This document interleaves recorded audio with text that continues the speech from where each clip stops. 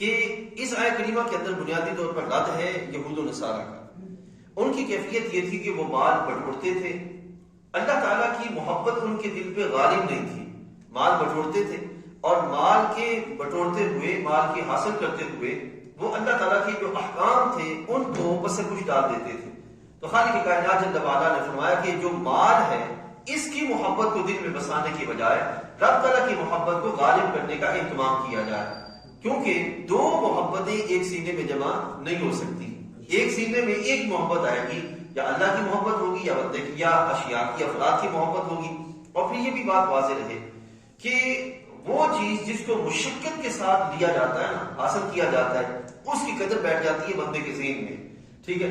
تو یہاں پہ رب ذوالجلال جل وعلا بندے کو فرما رہے کہ یقیناً تم مشقت کر کے مال کماؤ گے، لیکن اس مشقت کی جو صلاحیت ہے یہ کس نے دی ہے، اور اس پر تمہیں مال جیسی دولت کس نے عطا کی ہے؟ تو جس نے تمہیں یہ ساری نعمتیں عطا کی ہیں اسی ذات کی راہ میں اپنے مال کو خرچ کرتے رہو، تاکہ اس کی محبت تمہارے دل میں نہ بیٹھے۔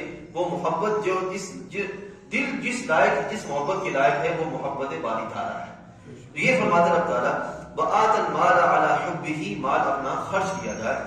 اب مال کدھر خرچ کرنا ہے وہ بھی اللہ نے ترتیب کے ساتھ بیان فرما دیا، میں اس کو مختصر کرتا ہوں۔ فرمایا آتَ الْمَالَ عَلَى حُبِّهِ۔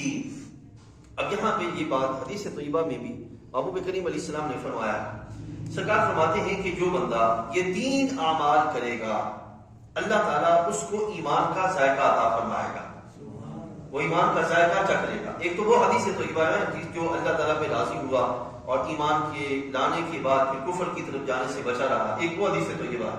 ایک حدیث طیبہ ہے جس میں نبی علیہ السلام نے فرمایا کہ ایک بندہ جو 3 یہ اعمال کرے گا وہ ایمان کا ذائقہ چکھ لے گا۔ ان میں سے سب سے پہلا یہ ہے اللہ تعالیٰ جل وعلا کو معبود برحق مانا جائے، سب سے پہلے اللہ کو معبود برحق مانا جائے، اور پھر رب ذوالجلال جل وعلا کی بندگی کا اہتمام کیا جائے، ٹھیک ہے۔ اب ذرا ایک لمحے کے لیے یہاں رک کے دیکھیے، اللہ تعالیٰ جل وعلا کو معبود برحق ماننا اور پھر اس کے بعد اللہ تعالیٰ کی بندگی کا اہتمام کرنا، تو ذرا سوچئے اس میں ایمان کا ذائقہ کیسے آئے گا؟ ذرا یہ بھی سمجھنا ہے کہ ایمان کا ذائقہ کیسے آئے گا۔ آپ سب بزرگ ہیں، صاحب شعور ہیں، نوجوان آپ احباب یہ سمجھیں گے کہ جب کوئی بندہ کسی فرم میں جاتا ہے، کسی کمپنی کو جوائن کرتا ہے، کسی بھی ذمہ دار مقام پر وہ کام شروع کرتا ہے، تو اس کے سامنے 3 چیزیں ہوتی ہیں، ایک ہے مالک، ایک ہے وہ کام، اور دوسرا ہے کام میں درستگی کا اہتمام، ٹھیک ہے نا۔ یہ 3 چیزیں ہوتی ہیں اس کے سامنے، ٹھیک۔ اب اگر اس کی نظر ہوگی مالک کی رضا پر تو وہ اپنی محنت شامل کرے گا اور کام کو درست طریقے سے کرنے کا اہتمام کرے گا، یہ 3 چیزیں ہوں گی۔ اب جب کوئی بندہ ان 3 چیزوں کے لحاظ سے تسلسل کے ساتھ کام کرے گا تو ایک وقت ایسا بھی آئے گا کہ محنت کرنا اور کام میں درستگی کا اہتمام کرنا یہ اس کی طبیعت بن جائے گا۔ ایک وقت کے بعد یہ چیز اس کی طبیعت بن جائے گی، اور جب طبیعت بن جائے گی تو پھر کیا ہوگا کہ اس کو کام کرنے کا مزہ بھی آئے گا، کام کرنے کا لطف بھی آئے گا۔